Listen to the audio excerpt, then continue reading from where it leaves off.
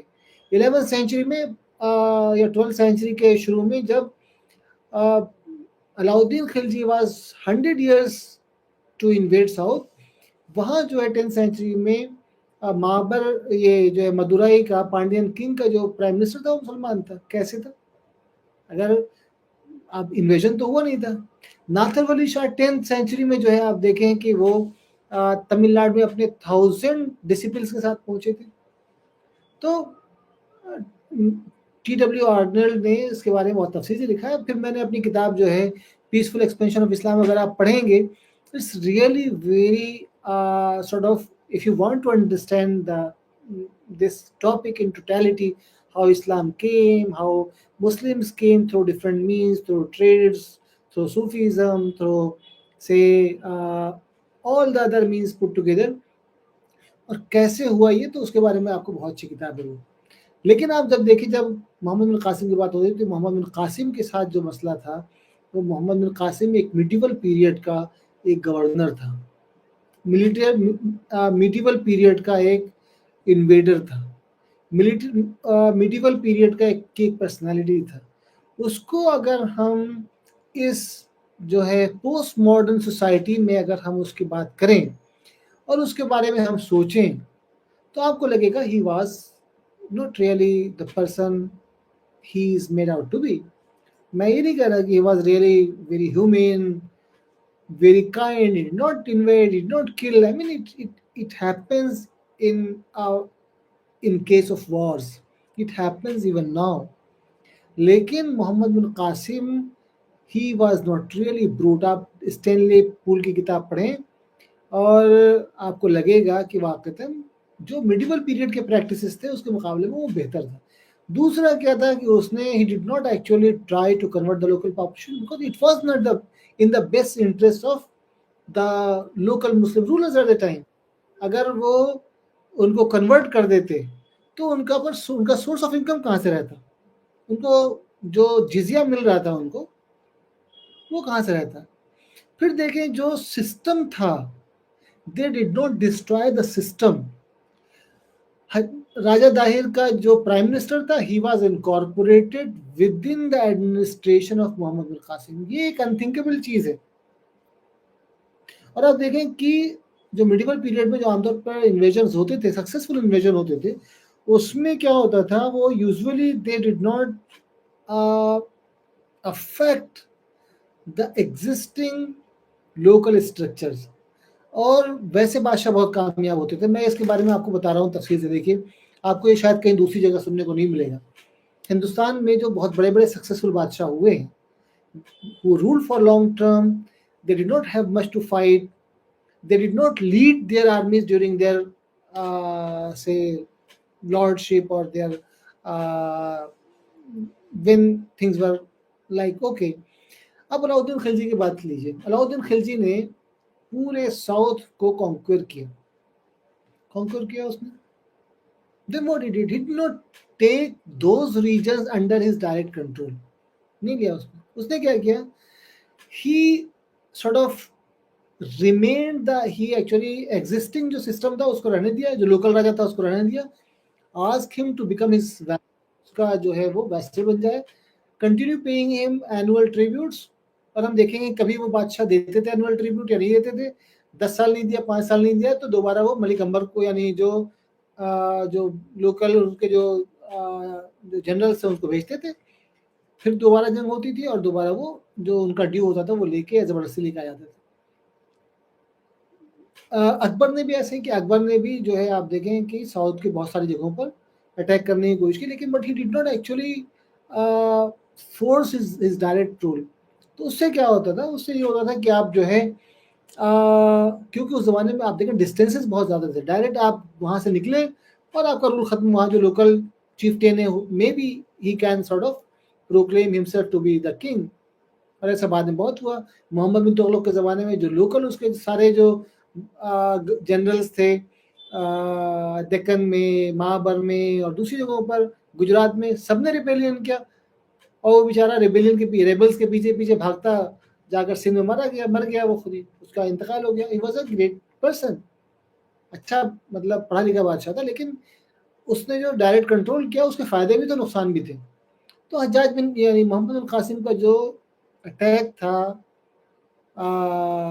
سندھ میں، it was not really for conversion of the local population, نہیں تھا.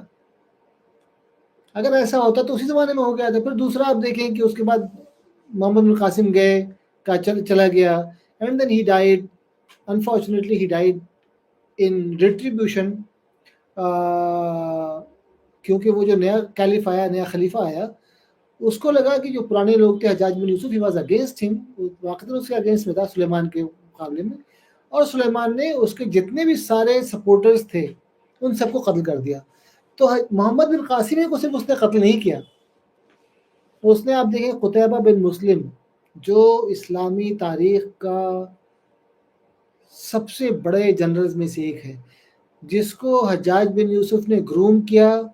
اور سینٹرل میں آپ دیکھیں جتنے بڑے بڑے شہر ہیں، جتنی بڑی بڑی جگہیں ہیں، ترکمانستان، سارا ایریا جو ہے، آذربائیجان، یہ سارا اس کے زمانے میں اس نے انویٹ مطلب جو انیکس کیا تھا مسلم. اس میں ماوراؤن نہر کہتے تھے اس کو، اور آکسس یعنی ماوراؤن نہر کہتے تھے اس ریجن کو، سینٹرل ایشیا آپ سمجھیں. اور اس کو جو ہے اس پورے علاقے کو اس نے اسلامک کنٹرول میں لے کے آیا تھا. لیکن جب انتقال ہوا ولید کا تو سلیمان جو نیا خلیفہ بنا، اس نے سلیمان نے اس کو جو ہے وہ قتل کر دیا. بہت بری ہے. پھر وہی نہیں، محمد بن قاسم ایک تھا، پھر دوسرا ایک اور بہت امپورٹنٹ آپ دیکھیں کہ اس کا نام تھا موسیٰ بن نصیر. ہم جیسے طارق بن زیاد کا نام سمجھتے ہیں کہ طارق بن زیاد نے جو ہے وہ کراس کیا تھا، جبرالٹر گیا اور اس نے اسپین پر قبضہ کیا. وہ he was a slave of موسیٰ بن نصیر. موسیٰ بن نصیر نے اس کیمپین کو فنڈ کیا تھا، فنانس کیا تھا، بھیجا تھا. اس کے پیچھے بھی موسیٰ بن نصیر کے پیچھے بھی حجاج بن یوسف تھا. تو حجاج بن یوسف کے جتنے سپورٹرز تھے اس کو جو ہے وہ نئے کیلف نے ختم کیا، تو اسی نے محمد بن قاسم کو بھی ختم کیا. تو اس کا مقصد جو تھا، ایک محمد بن قاسم کا جو انویژن تھا ہندوستان کا، اس کا بیسک مقصد تھا کہ ایک تو وہ جو جہاز جو سرندیپ سے آ رہا تھا اس کے اوپر حملہ کر کے راجہ داہر کے لوگوں نے جو اس کو لوٹ لیا تھا اس کا بدلہ لیا جا سکے. پہلے اس نے لکھا تھا کہ اس کا بدلہ دے دو اور کمپنسیٹ کر دو لوگوں کو. بلکہ ایسا آتا ہے کہ ایک عورت تھی، اس کا نام ناہید تھا، عرب عورت تھی جس کو اس نے گرفتار کر لیا تھا، جو جہاز میں تھی بہت ساری عورتوں کے ساتھ، مردوں کے ساتھ.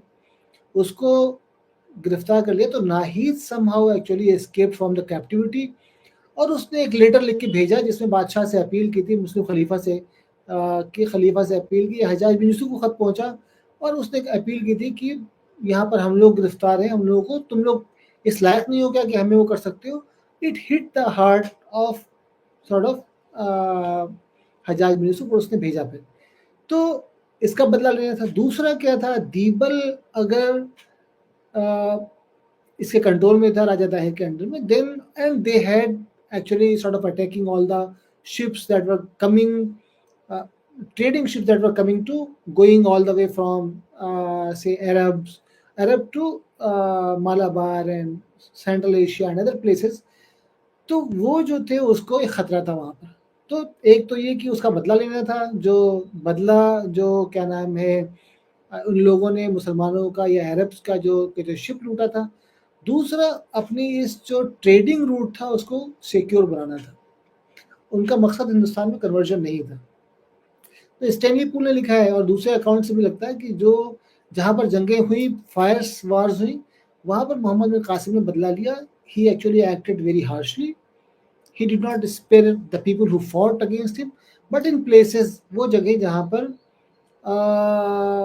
مطلب جنگ نہیں ہوئی اور ٹروس ہو گیا، یا اندر سے لوگوں نے جو ہے مسلم آرمی کے ساتھ یا عرب آرمی کے ساتھ انہوں نے ٹروس کر لیا اور فائٹ نہیں ہوئی، یا فائٹ ہوئی تو ہلکی ہوئی، تو وہاں پر وہ اس نے کوئی ریٹریبیوشن نہیں لیا، وہاں لوگوں سے یا تو پیسے لے کر چھوڑ دیا یا ان کی اپنی انڈرسٹینڈنگ ہو گئی کہ اتنا ہمیں اب جو ہے وہ اینول ٹریبیوٹ دیں، اور وہ چلتا رہا۔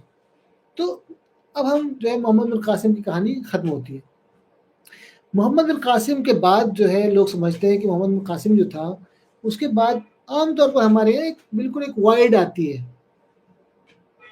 وائڈ کا مطلب خلا، اس میں لگتا ہے کہ ہمارے اس کے بعد جو ہے محمد بن قاسم گئے، اور محمد بن قاسم کے ساتھ جو ہے وہ اسلامی ہسٹری جو ہے وہاں پر ختم ہو جاتی ہے، اور پھر اس کے بعد ہم شروع ہوتی ہے پھر 1000 AD میں جب محمود غزنوی آتے ہیں۔ تو کیا ایسا ہی تھا؟ کیا محمد بن قاسم کے بعد محمد بن قاسم جب چلے گئے یا چلا گیا تو محمد بن قاسم کے بعد یہاں پر مسلمان ختم ہو گئے؟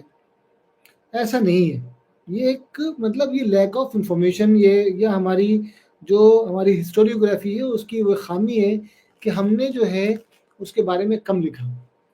تو محمد بن قاسم چلا گیا تو محمد بن قاسم کے بعد ایک نیا گورنر جو ہے وہ اپوائنٹ کیا گیا تھا، وہ گورنر آتے ہی انتقال ہو گیا، اور اس کا جو راجہ داہر کا جو بیٹا تھا جیسیہ،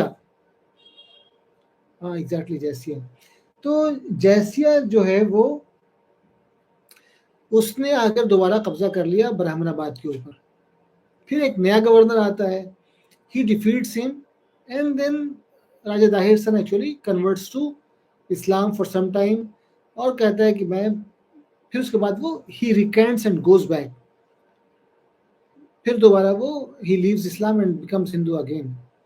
اس کے بعد پھر دوسرا جو ایک اس کے بعد جو ہے وہ دوسری جو somebody comes and the local governors actually destroys and sort of take care of this۔ پھر اس کے بعد وہاں پر امیاز کی دوبارہ وہاں پر حکومت ہو جاتی ہے، ویسی جیسے پہلے تھی محمد بن قاسم کے زمانے میں، and after some time Muhammad bin Qasim son Umar actually comes and he becomes the governor some close to 25-30 years later 25 years later۔ عام طور پر ہم سمجھتے ہیں کہ محمد بن قاسم ختم ہوا because he was so young, so he might have not a family at the time, but he had a family and he had quite a few kids۔ اس کا ایک بیٹا تھا عمر، اس کے بارے میں بہت تفصیل نہیں آتی ہے، لیکن جو اسکیچی اکاؤنٹس آتے ہیں اس سے لگتا ہے کہ وہ اس کو تقریباً وہ آگے گورنر ہوا، اور پھر اس کے بعد جو ہے تقریباً وہ 4-5 سال تک وہاں کا گورنر تھا۔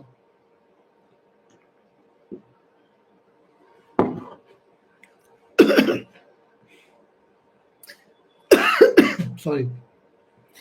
پھر ایک اور اہم چیز یہ ہے کہ جب کانکوئر کیا محمد بن قاسم نے، then the Muslims actually built a new city in Sindh, Mansoura.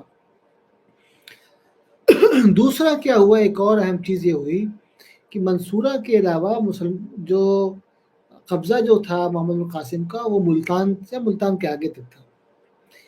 Another important thing about Muhammad bin Qasim invasion that has not been really investigated much، وہ یہ کہ محمد بن قاسم جو تھا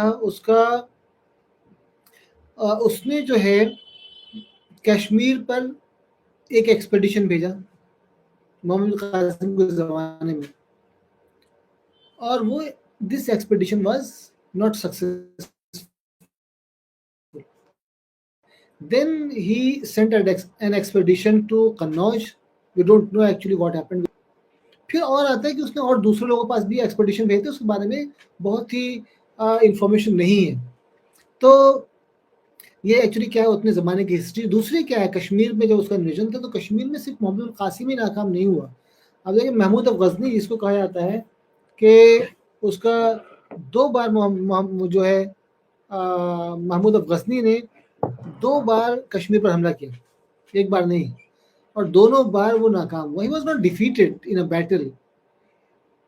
Inclemencies of weather، سخت ویدر تھا، اس کی وجہ سے وہ he had to return back۔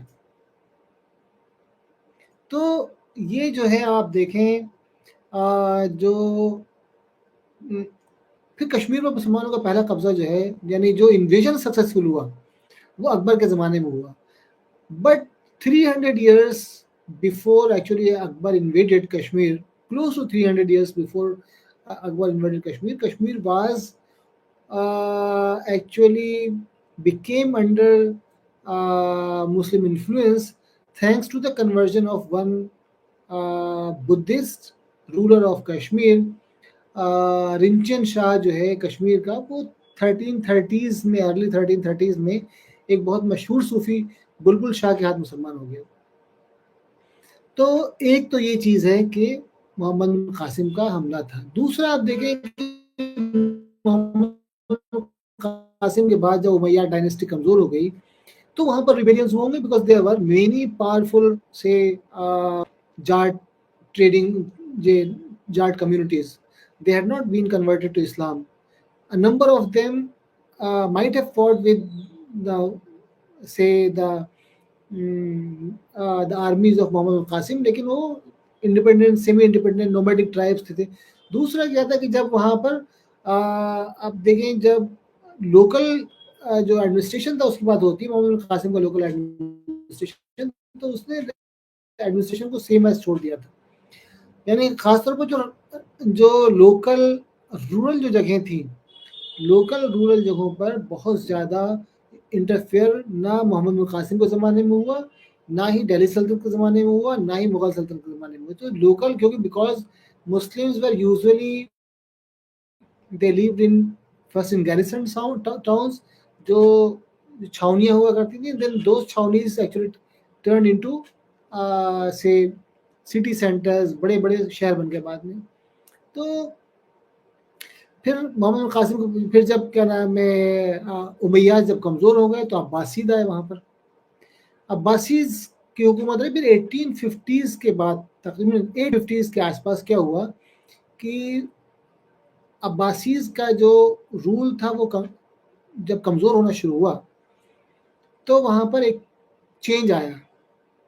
وہاں پر جو مسلمز تھے لوکل، یا عرب مسلمز تھے، they started ruling in their own name. وہاں پر لوکل مسلم امارات بن گئی.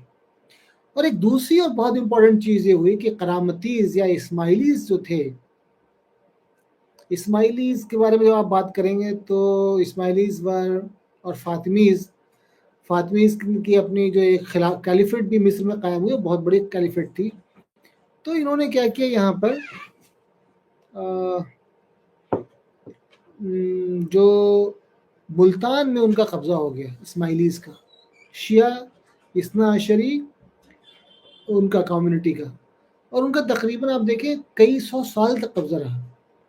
یعنی اسماعیلی جو وہاں پر جو کنگڈم بنی، وہ kingdom it survive for very long time. لیکن ہماری ہسٹوریوگرافی میں جب ہم بات کرتے ہیں نارتھ انڈیا میں اسلام کی آمد کی، تو ہم اس اسماعیلی جو سلطنت تھی اس کے بارے میں ہم بات نہیں کرتے.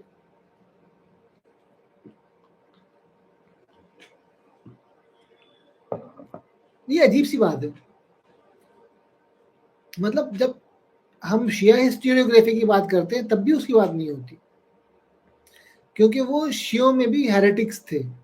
فاطمیز جو تھے، یعنی جو علوی تھے، وہ جو فاطمیز تھے وہ ان کے لیے بھی ہیریٹکس تھے، اس لیے شاید اس کی بات نہیں ہوتی. ان کی حکومت کئی 100 سال تک رہی. وہاں پر آپ دیکھیں جب محمود اب غزنی نے حملہ کیا تو محمود اب غزنی he initially had some sort of alliance, loose alliance with the rulers of Multan سلطنت. اور پھر اس کے بعد تقریباً 725 تک اس نے جو ہے ان کو ہرا دیا اور ہم سمجھ رہے ہیں کہ ختم ہو گیا. عام طور پر جب آپ ہسٹوریوگرافی ہسٹری کی بکس کی بات کرتے ہیں تو ایسا ہوا کہ اس نے ان کا خاتمہ کر دیا، اور پھر جب ہم بات کرتے ہیں کہ اس کو ان ایریاز کو اس نے انکارپوریٹ کر لیا اپنی سلطنت میں، غزنوی سلطنت میں. لیکن جب آپ تقریباً 250 سال کے بعد کی ہسٹری پڑھتے ہیں محمد افغور کی، تقریباً یا 200 سال کے بعد کی، 250 سال کے بعد کی ایگزیکٹلی، تو آپ کو لگتا ہے کہ اس زمانے میں بھی ان کی حکومت تھی، کیونکہ محمد افغور is said to have defeated and destroyed those Alavis, I mean those say Fatimid kingdom, اور اس وقت جا کے ختم ہوا. تو ایک فاطمید کنگڈم جو تھی وہ 850 کے آس پاس سے لے کر تقریباً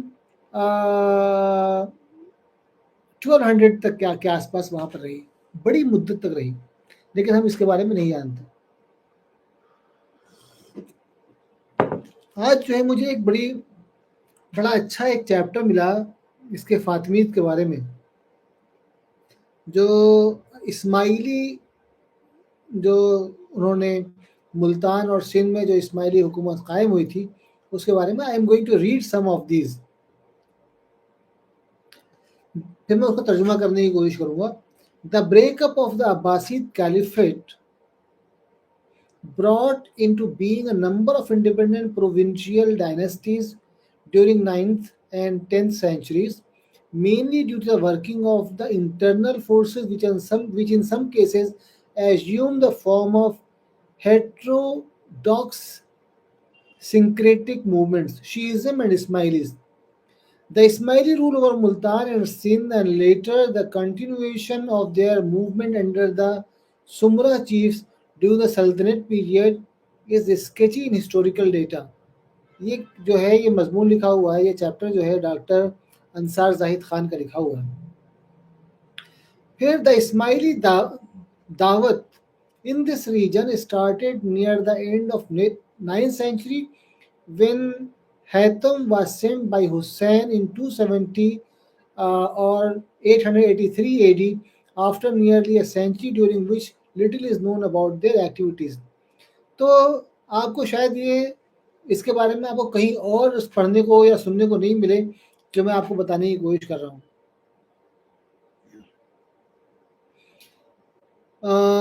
It may be noted that during the era of the Fatimid Caliph, the Ismaili Dawat recorded all its success in countries where Islam was already dominant: North Africa, portions of Arabia, Iran and Sindh. جب ہم بات کرتے ہیں دعوت تو مطلب ان کی جو اپنی ایکٹیویٹیز تھی اس کو دعوت کہتے ہیں.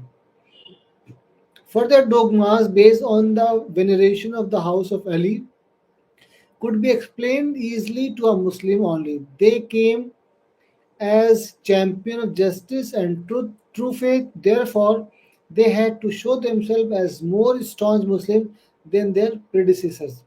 ایک اور امپورٹنٹ بات یہ ہے، آپ دیکھیں جب حضرت کربلا کا واقعہ ہوا اور اس کے بعد جو جنگ ہوئی اور جو پرسیکیوشن ہوا جو اہل بیت کا، اس میں بہت سارے اہل بیت جو ہے وہ یا ان کے جو سپورٹرز تھے وہ یہاں آ گئے، سندھ میں آ گئے تھے. تو محمد بن قاسم کے بارے میں جب آپ پڑھتے ہیں تو محمد بن قاسم actually he is said to have met a daughter of حضرت علی ان کا نام رقیہ بتایا جاتا ہے، جو سندھ میں آ کر پناہ گزین ہوئی تھی. اور دوسرے بہت سے لوگ تھے، ان کے بارے میں ہسٹورک اکاؤنٹس میں بھی ملتا ہے، حالانکہ اسکیچی اکاؤنٹ ہے.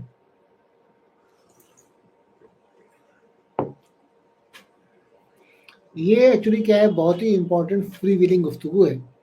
اگر آپ کو انڈیا میں ہسٹری کی جو آپ کو فہم پیدا کرنا ہے اس میں this is going to be very important. And I think that people who will watch this video later on they will find it really very fascinating. تو ایسا نہیں تھا کہ اسماعیلیز یہاں پر پہلی بار کوئی شیعہ جو آئے، شیوز اسماعیلی سے پہلے بھی یہاں پر جو مطلب حضرت علی کے سپورٹرز تھے وہ یہاں پر آ چکے تھے. تو جب ہم ملتان کی بات کرتے ہیں تو 850 اراؤنڈ 850 870 880 AD میں وہاں پر ایک اسماعیلی جو تھا وہ ایک حکومت تھی that survived till close to 1200 AD in some form. حالانکہ اس کو جو ہے غزنوید نے ختم کرنے کی کوشش کی اراؤنڈ 1025، ان کی کئی جنگیں ہوئیں، لیکن and then he was able to overcome. Mahmud Ghazni نے قبضہ کر لیا تھا ملتان کے اوپر بہت آسانی سے، کوئی مشکل نہیں تھی. محمود غزنوی سے زیادہ سکسیسفل کوئی دوسرا اس ریجن میں کوئی دوسرا جنرل جو ہے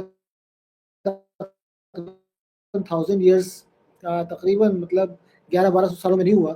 he was never defeated. تک اس نے 17 حملے کیے ہندوستان میں، اینڈ اس نے آپ دیکھیں متھرا، قنوج اور جو گجرات، انلوارا جو تھا گجرات کا کیپٹل، اس پر قبضہ کیا جا کر، اور ایک زمانے میں اسے لگا کہ یار یہ انلوارا جو ہے اٹس ویری ہاسپٹیبل پلیس، اور یہاں پر ہم اس کو کیپٹل بناتے ہیں اور اپنا جو کیپٹل ہے غزنی وہ اپنے بیٹے مسعود کو دے دیتے ہیں. لیکن اس کے جو لوگ تھے ان کو سمجھ میں نہیں آیا اور انہوں نے اس کو کہا کہ ایسا نہیں ہو سکتا. تو it was actually this thought actually came to his mind only. لیکن وہ ایک بہت بڑا میری نظر میں جو تھا محمود غزنی از ناٹ امپائر یا انسٹیٹیوشن بلڈر نہیں تھا. He was not really team player.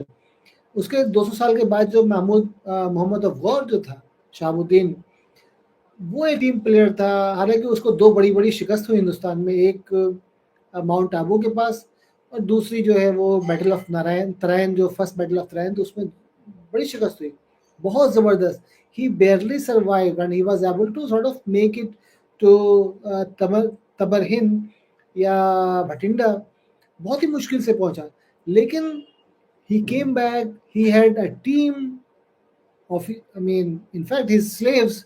لیکن وہ slaves عام slaves نہیں تھے، ہائی کیلیبر پیپل تھے وہ، جو ان میں سے کوئی بھی آدمی 4-5 جو تھے، قباچا ہو یا قطب الدین ایبک ہو یا آپ دیکھیں جلال الدین خلجی ہو، یہ سب جو تھے، جلال الدین Khilji I mean the Khilji who actually invaded Bengal, اور دوسرے بھی 3-4 اور تھے، جو ان میں سے ہر آدمی اس کیلیبر تھا کہ they could have become emperor. Exceptional. اور آپ ان کے بارے میں محمود غزنی کے زمانے میں کسی ایسا کا نام نہیں ملتا. He was single person who took decisions sort of، بہت خود ہی سارے ڈیسیزن لیتے تھے، کسی کے اوپر he was not dependent. حالانکہ جو شورا کا ہمارے جو کنسیپٹ ہے اسلام میں کہ آپ کو اپنے جو منسٹرز ہیں ان سے آپ کو مشورہ کرنا ہے، لیکن وشاورہم فی الامر قرآن میں آیا ہے کہ ان سے اپنے معاملات میں مشورہ کرو، لیکن he did not actually do that.